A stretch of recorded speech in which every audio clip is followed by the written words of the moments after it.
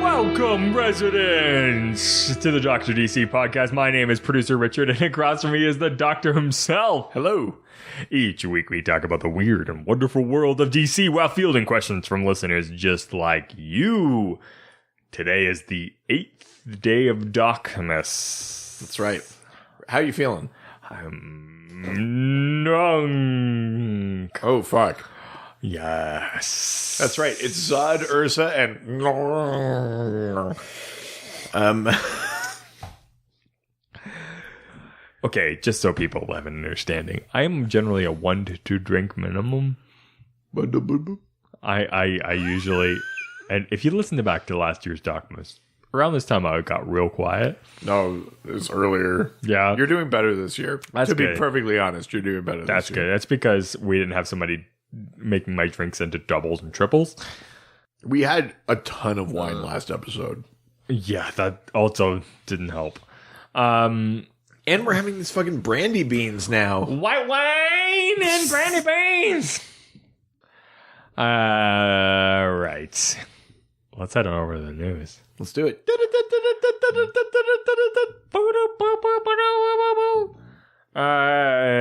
The one and only piece of news today Let's have it. is, I thought this was kind of cool. James Wan apparently has a vision for a Batman film. Have you read about this at all? Well, I think he said that he wanted to do it like horror style. Yeah.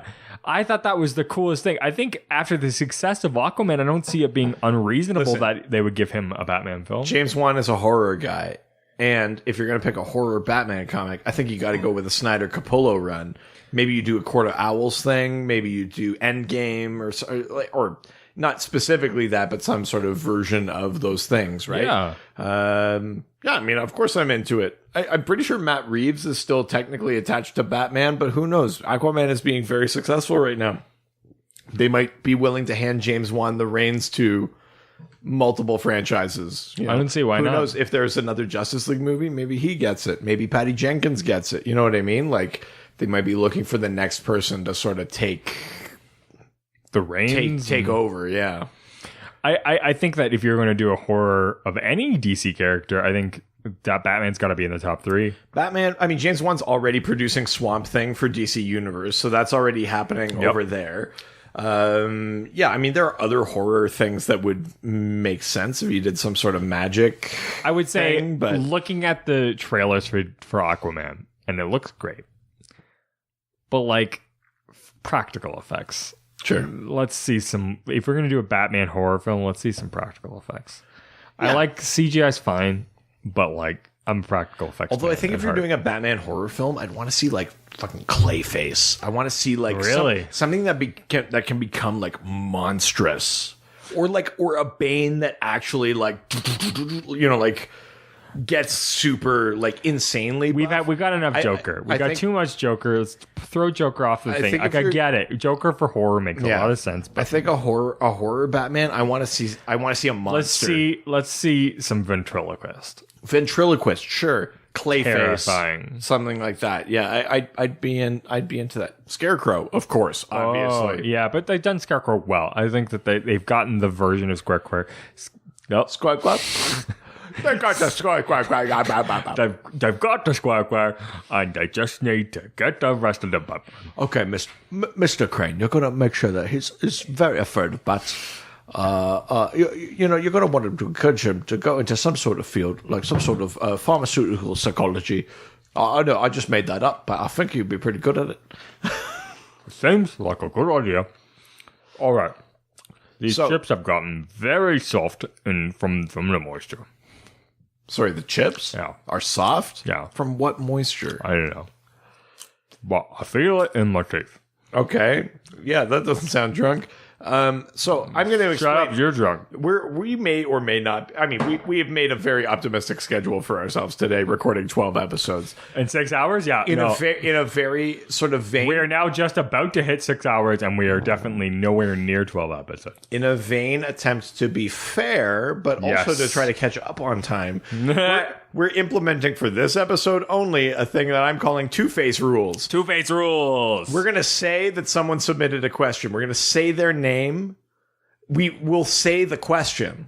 And then I'm going to flip a coin to determine whether or not we're going to answer it. So what's yes and what's no? Heads, we answer it. Okay. Tails, we immediately move on to the next question. Okay. So this could be a regular 5-minute episode. I mean, we're at 7 minutes. This could be a regular length episode, or it could be super short. But that's what's happening for this episode. Yep. We're going two-face rules. So why don't we get to the questions? Okay.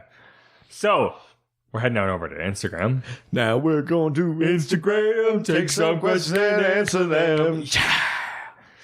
And the first question hopefully comes from Robbie's Just the Guy. Let's see if Robbie's Just the Guy gets his question. Well, no, you got to read the question first. Okay. I want to leave people hanging. Oh. So we're going to read the question and decide whether or not we're going to answer it. Okay, Robbie's question is, I really like the Superboy Prime that popped up in Infinite Crisis. And like that his good intentions twisted him into a monster. Did the New 52 or subsequent reboots change his backstory? I remember a backstory that featured him being on Earth, on an Earth that DC Comics and he and his girlfriend dressed up as Superman and Aquaman, which conceptually is pretty cute. Side question, is liking Aquaman a Canadian thing? I would prefer seeing Jason Momoa as Namor. I mean... Well, let's flip the coin. Heads, we answer it. Tails, we completely ignore it and move on to the next question. Tails, sorry. Thank God, because that was a long question. Next question. All right. Hey, my wife is here. Jessica, we're doing a thing where we're called two-face rules, and we flip a coin whether we're going to answer the question or not, so we can catch up. All right. Well, with that, the Dr. DC podcast will be back after this quick break.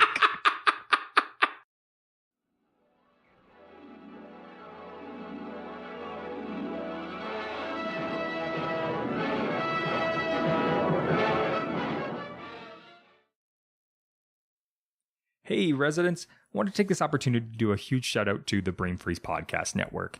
If you go to brainfreezepodcast.com, you can learn more about the amazingly fun and diverse podcasts on this network. Obviously, you'll find the Dr. DC podcast, but have you listened to The Goods from the Woods yet? Each episode dives into a unique cultural phenomenon from cryptozoology to Elvis. Each week provides a hilarious history dive into some of the strange happenings across the world. Or how about the Headbangers with Holmes podcast? Did you listen to emo, hardcore, pop punk, maybe screamo, or one of the other million punk and metal subgenres in the early 2000s? Then you'll love Headbangers. Each week, they interview a different touchstone of the music back then, and along the way, you'll learn about what it's like to grow up playing music. How about the newest podcast on Brain Freeze, The Deli Boys? It's hosted by the beloved comedy writers Evan Susser and David Phillips, who set off to do something never before done. Rank 14 Jewish delis. How would you like to hear 3 amazing comedians talk about the things they hate most in life? Well, then you need to check out the Hate Locker podcast. Every other week, the hosts of the Hate Locker argue whose hate is more poignant by discussing the things that bug them most, usually joined by a hilarious comedian guest. If you're talking about brain freeze, then you have to mention the Squeezebox podcast. Going for over a decade now, these two best friends talk about their lives, jobs, society, and often a lot of dick jokes and wordplay. Usually about dick jokes. No matter what you like, Brain Freeze has something you will probably enjoy. So go to brainfreezepodcast.com to learn more, or go to whichever podcast provider you use and look for one of these great podcasts. All right, back to the show.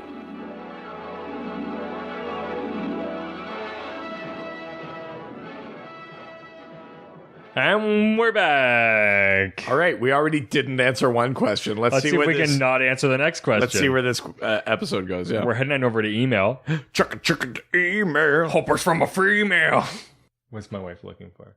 I think she's looking for the last bit of your dignity. Oh, the remote. No, that's long gone. She's looking for I think it's somewhere over there. Why is the room hot?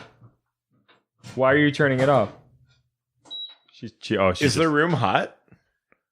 Is it just our raw animal magnetism? Oh, that wasn't a setup, right? That means yes. I'm not drunk enough not to compliment myself. I'm going to deliver you a hot beef injection. Oh my God, please. We've already had those cold beef tubes. As long as it's not from Richard, it'll be a welcome change. It's from my mom. Ooh. All right. The email's from Chad Bokelman. Bokel. Who asks, what are some of your favorite DC Comics interpretations in other media? Obviously, other than Silver Screen and current CW stuff. Personally, I will never stop telling people how wonderful the Justice League of America novels from the early 2000s were. Justice League Heroes Quest, Flash Stop Motion, Superman Never Ending Battle, Wonder Woman Mythos, Batman Stone King, Justice League Exterminators. Right. So, let's see if we're going to answer this. Heads, we answer it. Tails, we don't. Oh, heads, we answer it. All right. So, what are some of your favorite DC interpretations in other media? On the novel front, I'll be honest, I haven't really read very many. But I didn't know that there was novel stuff. I'm curious. I do remember when the Lois and Clark series was out, though, that they put out like 3 or 4 novels like set in the like Adventures of Lois and Clark universe, like Dean Cain, Terry Hatcher, like that version. Yeah, there are a couple of novels based on that. But to be honest, if we're not counting comics and we're not counting like live action TV or film, I really love the DC Universe Online. That like MMORPG that you can play is really great. It takes like the best sort of stories from DC. You can make yourself a character with different powers. I made a character that I'm particularly proud of, a villain called Martian Warmonger. Oh, that's nice. And he has shape-shifting powers, of course. Fuck yeah. And I made his costume look like Martian Manhunter and stuff like that.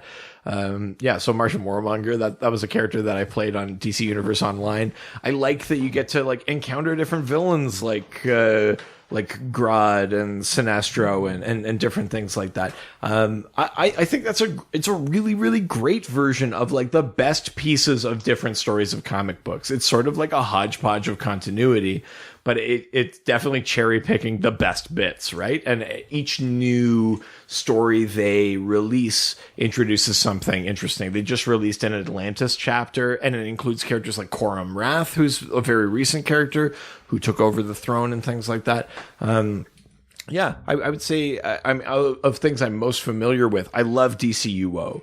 But I do definitely remember there being novels for that Lois and Clark Adventures of Superman series. What about you, Richard? Is there anything beyond comics and then like the film and TV that is like DC related that you played? Like, did you ever play a board game or anything like that? I mean, no, but the video games I definitely really, really enjoyed.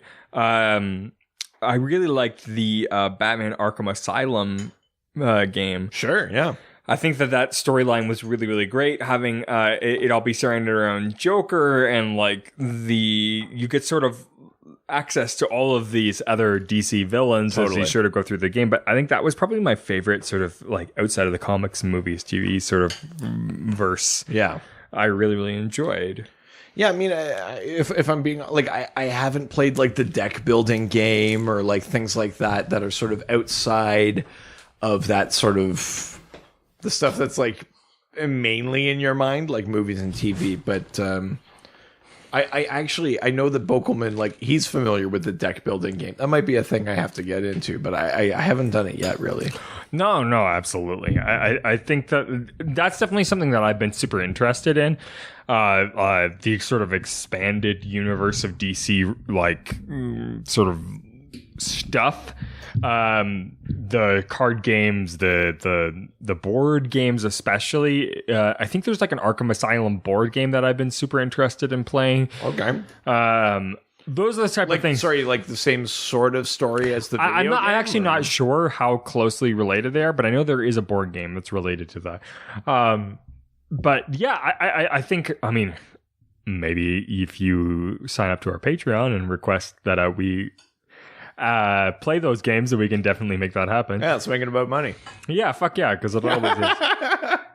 Otherwise, I wish that I knew more. And honestly, if you guys have other stuff that's not related to those sort of big entities. For example, there's a bunch of YA novels that are coming out now that are like set in the DC universe. If you guys are reading those, let us know if they're any good, like or any of that stuff. Like if there's specific novels that we should be checking out, let us know, because I think that those are entities that we're not as familiar with. So totally. But we would be 100% into it. But there's so much to kind of dig through that it's hard to know what's good. So if you found something that's good, let us know. Totally. We definitely will check it out. All right, with that, let's head on over to Twitter. Twitter. So Dave Rossi asks... Dash will turn off the podcast. Seriously. I'm so sorry. I'm so sorry. Where in the DC universe would you like to visit if you only had one option? Let's see if we're going to answer this question. Right. This is a great question. I want to answer this. Heads, we answer. Tails, we don't. Oh. Is that a reflip, or do we just take it as it fell? If you can grab it just as it fell, then show us. Heads, we answer it. All right, we answer it then. Great, because I really wanted to answer this question. All right. One place you want to visit in the DC universe. What is it? Where's the planet where the blue people are from? You mean the Blue Lantern Corps? No, the... you mean the Guardians? Yes. They're from Maltus originally. Maltus, that's where I want to go. I think that seems like a really cool place. And I was super interested in seeing that. I've seen little bits of it from some of the comics, and Maltus seemed like a... Do you want to be there as a Malthusian or just as a tourist? Sorry, as a Malthusian. Sure. Yeah, I don't think you want to be there as a tourist. But it seemed like a really rad place to be. I think... Otherwise, I think a lot of DC's universe, like, I wouldn't want to go to. 'Cause so much of DC... There's a lot of really dangerous planets. Yeah. I think, like, that like, cartoony universe would be really fun to visit with... Oh, you mean Earth 26? Yeah. Like with Captain Carrot? Yeah, that would be really fun. Otherwise, no. I think so much of the universe seems so dark in DC that I don't know if I necessarily would want to visit. Sure, there's Earth 42.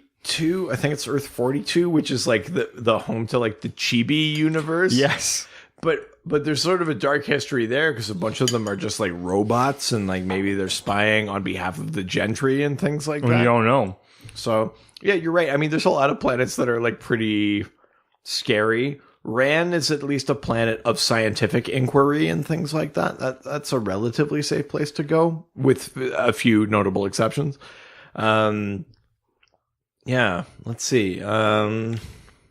Mars in the time of like the actual Martian Manhunters. Well, except that, you still run into the White Martian problem. You run into Ma'alafa'ak.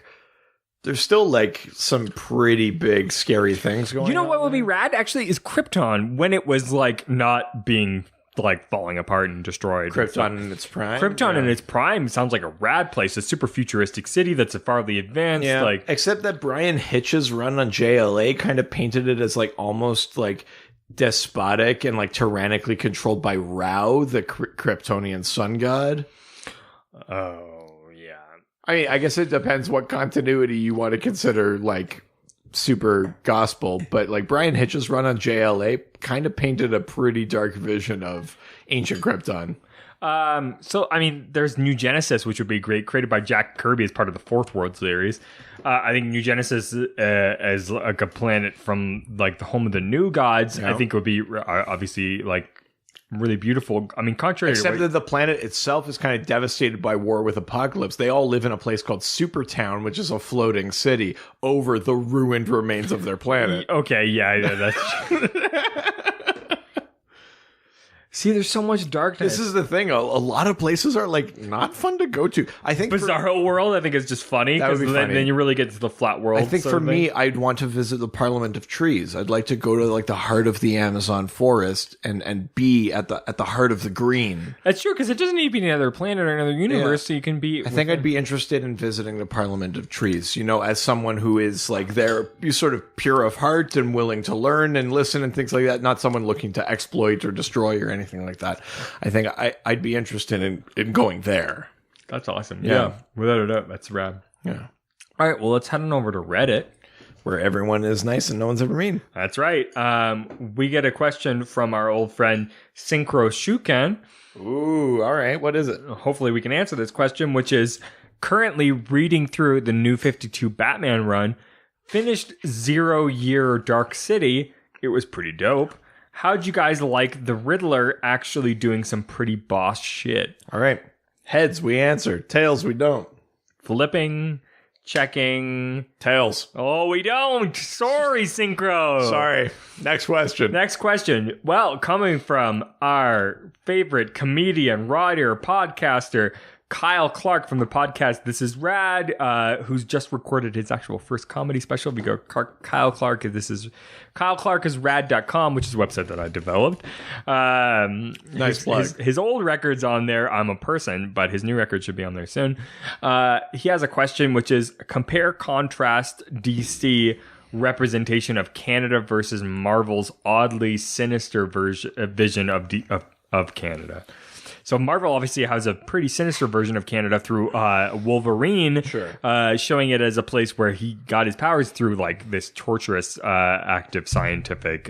So heads we answer, tails we don't. Checking. Tails we don't. We don't question it. Wow, that was the last question for this episode. Canada's faultless. Move on. That's right. Canada can do no wrong. Which means you just forced us to quickly head to the worst part of this podcast. Oh, fuck. Doing our dial doc this week. Yeah. Which means that we are going to develop a random character that we've just created on the spot right now, inspired by the Dial H series, which is a comic from DC where a character will dial H, and dial A and dial R and dial O. Nice. Dial hero to suddenly become a randomized character that's just suddenly been created that hasn't been used in DC before. That usually came from people writing into DC to create this random character that they were like, we can't use this for anywhere else, but we can use this for Dial H. So we take inspiration from that and come up with our own. Yeah. So, do you have one? I do not. Okay. I will come up with one soon, though. Mine is the Bottle Baron. Oh, you son of a bitch. I was going to do something. And basically what the Bottle Baron can do is if he can take like an empty bottle, he can like throw it at something and then make it like grow and encompass the thing that he's throwing it at. So he can basically like imprison or contain any particular thing in a bottle. It doesn't matter what the container is. He can pick it up and sort of alter its size and make it sort of contain something. So he's good at like trapping enemies or like stopping like, runaway cars or things like that. Ooh. That's the Bottle Baron. Again, inspired by nothing I'm looking at. So I will say that I was looking around the room trying to come up with inspiration, and I was looking at things, then I was like, oh, rag. I was like, rag man. Has that been come up with? I don't think so. Has anyone done that? No. I come up with a new character though called Permanancer. Sorry, Permanancer? Yeah, Permanancer. I like the name. Good name, yeah. And so what this character actually does is he's a villain to the flesh, and anything that he does becomes permanently implanted in the time. So you can't go back in time to fix it. You can't go forward. Everything that he does is permanently placed in history. Because that's the thing with the timeline is some things are concrete and some things are fluid. So this guy, everything he does is concrete.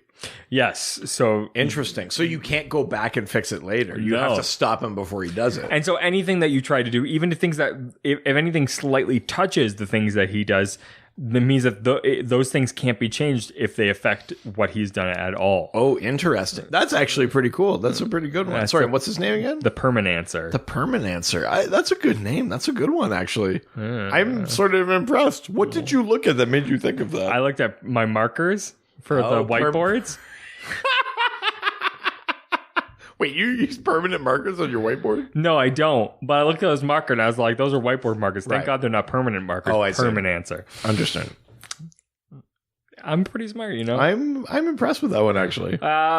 I would love to know what kind of character. You guys have sent us some characters throughout the last few months that have been amazing, and yes, I want to hear more. And we're going to talk about them whenever you send them to us.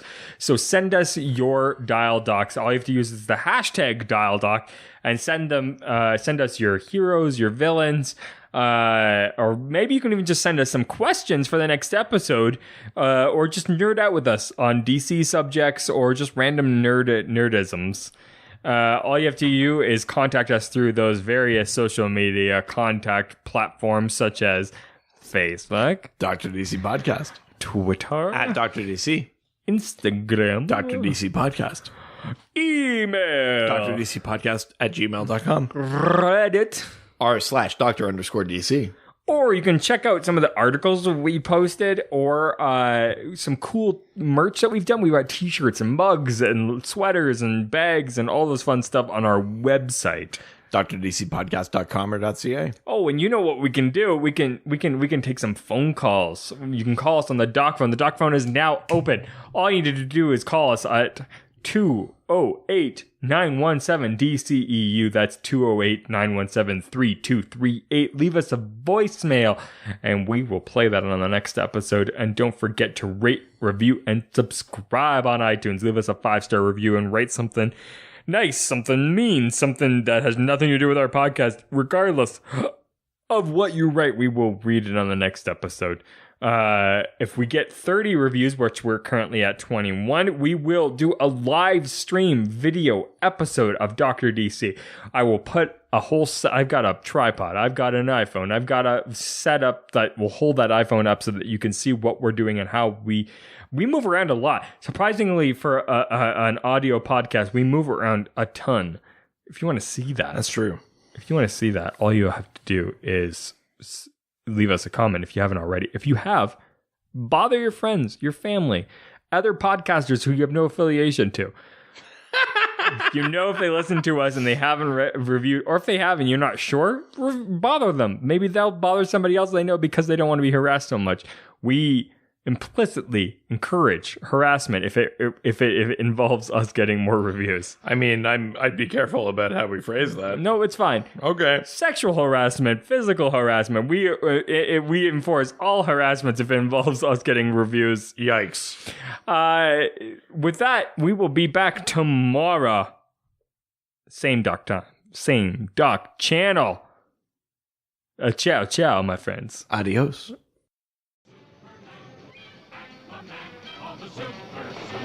Heroes, they always fight for what is right. Live with danger and adventure, they are men of might. This was a Brain Freeze podcast.